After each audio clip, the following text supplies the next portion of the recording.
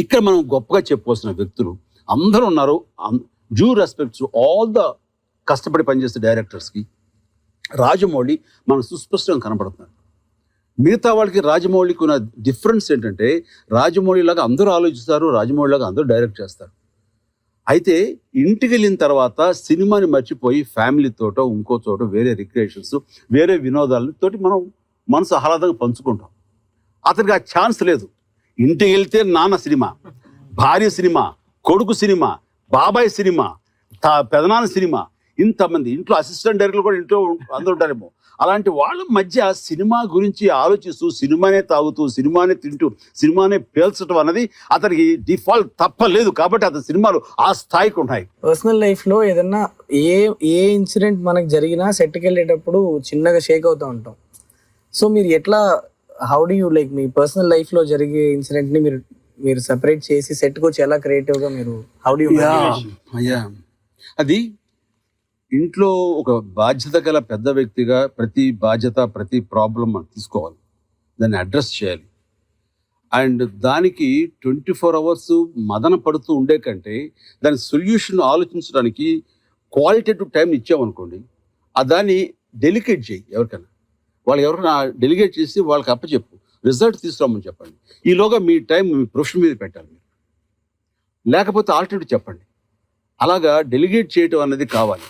ఎందుకంటే president of అమెరికాకి 24 hours, ఇక్కడ పనిచేసే రైతుకి 24 hours, పని పాట లేకుండా పొటాటో కోచ్లో కూర్చుని టీవీ చూస్తున్న వాడికి 24 hours. ఎవరు బెటర్గా చేయగలుగుతున్నారు? అమెరికాలో ఉండే వాళ్ళు 24 hours వాడు అద్భుతాలు సృష్టిస్తున్నాడు. వాడు super man of the country universe. So అలాంత టైము ఉన్నప్పుడు మనం ఆ టైంని క్వాలిటేటివ్గా నువ్వు విభజించి వాడుకుంటే ఇంట్లో ఉండే సమస్యల్ని తీర్చగలవు, బాధ్యత గల ఇంకొక పని చేయగలవు, వచ్చి దీనికి న్యాయం చేయగలవు. అయితే ఎమోషన్స్ వైజ్ ఒక దాని నుంచి ఇంకోటి ఓవర్లాప్ అవ్వకుండా చూసుకునేటువంటి టెక్నిక్ నువ్వు ప్రాక్టీస్ చేయగలగాలి. దానికి మెడిటేషన్ అంటారా, ఇంకోటి అంటారా, మైండ్ సెట్ అంటారా, ఇంకోటి, దానికి ప్రాక్టీస్ అంతే. ఇప్పుడు దర్శకులుగా మేమందరం చాలా మంది యాక్టర్స్తో డీల్ చేస్తాం అసలు ఆన్ డైలీ బేసిస్. ఒక్క ప్రశ్న, అలా ఎలా ఊపుతూ స్టీల్ ప్లాంట్ బాబాయ్ అన్న, షౌకత్ అలీ ఖాన్ అని అరిసిన, లేదంటే వీరశంకర్ రెడ్డి అన్న, నమస్తే మాస్టర్ కొంచెం లెఫ్ట్ అని ఇలా అది సీరియస్ అయినా కామెడీ అయినా అది అంటే ఒక ఎమోషనల్ సీన్ అయినా ఒక మ్యాజిక్, ఒక చమత్కారం అనేది ఉండేది సార్. అదే మా అందరినీ ఈ రోజు ఇక్కడ కూర్చొని మీ ముందు రావడానికి కారణం. అయితే ఈ రోజు మేము మర్యాద తప్పుతుంది నువ్వు అంటలేదు, అసలు అంటలేదు. ఇందాక చూస్తాను కదా అది అనేసి మర్చిపోయావు. సో ఇట్లా ఒక చమత్కారం యాడ్ అయ్యి ఉండేది సార్, ఒక మ్యాజిక్. అది సీరియస్ అయినా ఎమోషన్ అయినా కామెడీ అయినా.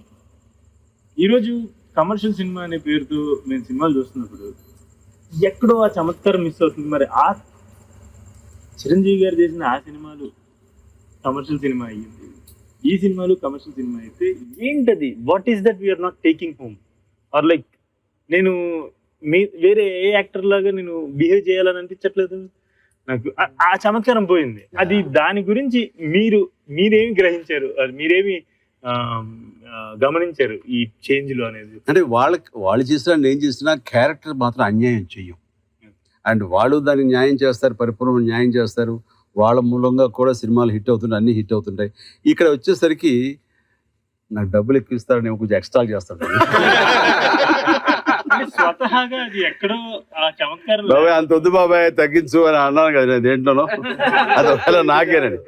నాకేంటంటే ఒకటే అనుకుంటాను, ఈ సీన్ చేస్తున్నప్పుడు మన మీద ఆశలు పెట్టి మనం ఏదో వాడికి ఇస్తాము అని 10 రూపాయలు ఆ రోజులు అయితే ఇప్పుడు 50 రూపాయలు, ఇప్పుడు పెరిగిన రేట్ల దృష్ట్యా 110 రూపాయలు, 100 రూపాయలు వాడు వచ్చి అలా కూర్చుంటే చేయరా అని అంటే వాడు ఇలా అయిపోయి అలా చేయాలండి.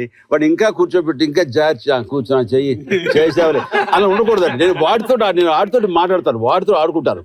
వాడు ముందుకు రావాలి అంటే, ఖచ్చితంగా రావాలి అంటే మనం ఏదో ఎక్స్ట్రాగా చేయాలి, ఏదో ఆకర్షణ ఉండాలి, ఆడిని ఆకర్షించుకునేది కావాలి. అంటే మీకు ఉదాహరణకి సాంగ్స్ అప్పుడు చిన్న లిబర్టీ తీసుకుంటాను. సాంగ్స్ చేస్తూ ఎవరు అంతకుముందు ఎప్పుడు చేసింది లేదు. సాంగ్స్ చేస్తూ అమ్మాయిని చూపించి అన్నట్లుగా అంటే అది గ్యాలరీతో ఆడుకోవడం, అంటే వాడు నాతో మాట్లాడుతున్న చిరంజీవి అన్న ఫీలింగ్ వస్తుంది. ఇవన్నీ కూడా ఒక సైకాలజీ, ఒక పట్టు థియేటర్ మీద. వాణిశ్రీ అంటారు ఏదో సినిమాలో, నేను ఎవరో తెలుసా, క్వీన్. అది ఒకప్పుడు. ఇప్పుడు నేను నాన్నవరతో చెప్పుకుంటే బాగుండదులే, చెప్పండి. థియేటర్లో అప్పుడు ఏమంటారు నాకు తెలుసు. సో థియేటర్తో ఆడుకోవటం, థియేటర్ తోటి ఇంటరాక్టివ్గా ఉండటం అనేది మోర్ వాళ్ళు మనకి అట్రాక్ట్ అవుతారు. నాతోటి ఒక రచయితల ద్వయం, అందులో ఒక ఆయన, ఏమంటే మీరు సినిమాని ఇన్వాల్వ్మెంట్ పాడు చేసేస్తున్నారు, సినిమాలో ఇన్వాల్వ్ అయితే చూస్తే అలాంటి దాన్ని మీరు డైవర్ట్ అయిపోయి వాళ్ళందరూ సీరియస్ సీన్స్ ఎక్కడ చూసావా, సాంగ్స్ చూసావు, సాంగ్స్ అనే ఫార్స్ అండ్ కామెడీ సీన్స్ ఆ లిబర్టీ తీసుకోవచ్చు. నేను చేస్తాను, జీవితంతో చేస్తానని మొన్న దీని వరకు కూడా చేశాను. ఇదేంటది రత్తాలు దాంట్లో కూడా చేశాను. అది నా స్టైల్, నా సిగ్నేచర్. సో ఆన్సర్ దొరికిందా మీకు? దొరికింది. అయితే ఒక్క చిన్న విషయం సార్, నేను ఈ క్వశ్చన్ ఎందుకు అడిగానంటే, ఈ మధ్య ఎవరిని అడిగినా కూడా మీకు యాక్టర్లను అడిగినప్పుడు డైరెక్టర్ సీట్ లో కూర్చొని ఏం అవ్వాలనుకున్నా అంటే, యాక్టర్ అంటే ఎలాంటి యాక్టర్ అవ్వాలంటే స్టార్ అంటారు చాలా మంది. ఇదే మాట. అంటే ఎలాంటి స్టార్ అవ్వాలంటే చిరంజీవి గారు బెస్ట్ ఎగ్జాంపుల్ మీరే ఇస్తారు. అంటే ఈ ఆర్క్ వాళ్ళు ఇప్పుడు ఇన్ని చేసిన తర్వాత you are now way you are అని వాళ్ళు ఇక్కడికి ఉన్న పలంగా వచ్చిన రెండో సినిమాకి దూకిసేయాలని చెప్పేసి అనుకుంటే అది ఎటువంటి పరిణామాలకు దారితీస్తుంది అనేది నా భయం. ఓవర్ నైట్ ఏది జరగదండి, ఓవర్ నైట్ ఏది జరగదు. అంత అంత లాంగ్ జర్నీ. ఇది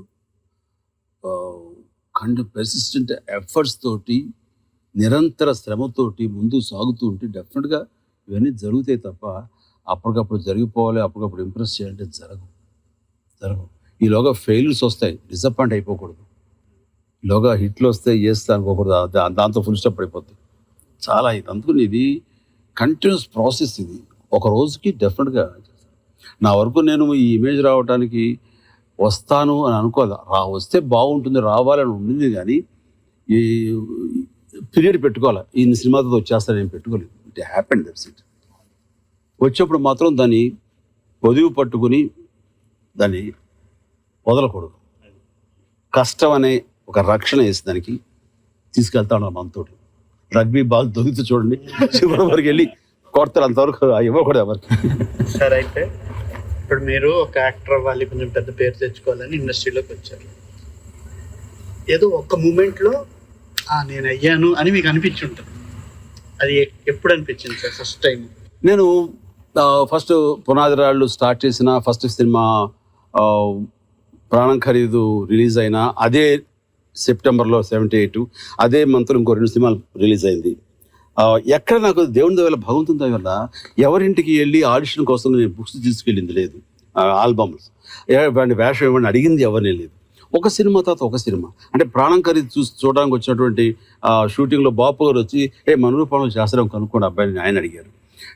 ప్రాణం ఖరీదు ప్రొజెక్షన్ వేస్తే అక్కడ బాలచంద్ర గారు వచ్చి ఇతను వెరీ బాగున్నాడు, ఐస్ గీజ్ అంత పవర్ఫుల్ ఆఫ్ ద బాడీ, మన రజనీకాంత్ క్యారెక్టర్ ఉంది ఎవరిగాళ్ళు అంటే ఇది కథ కాదు, అందులో వేస్తారని చూడారు.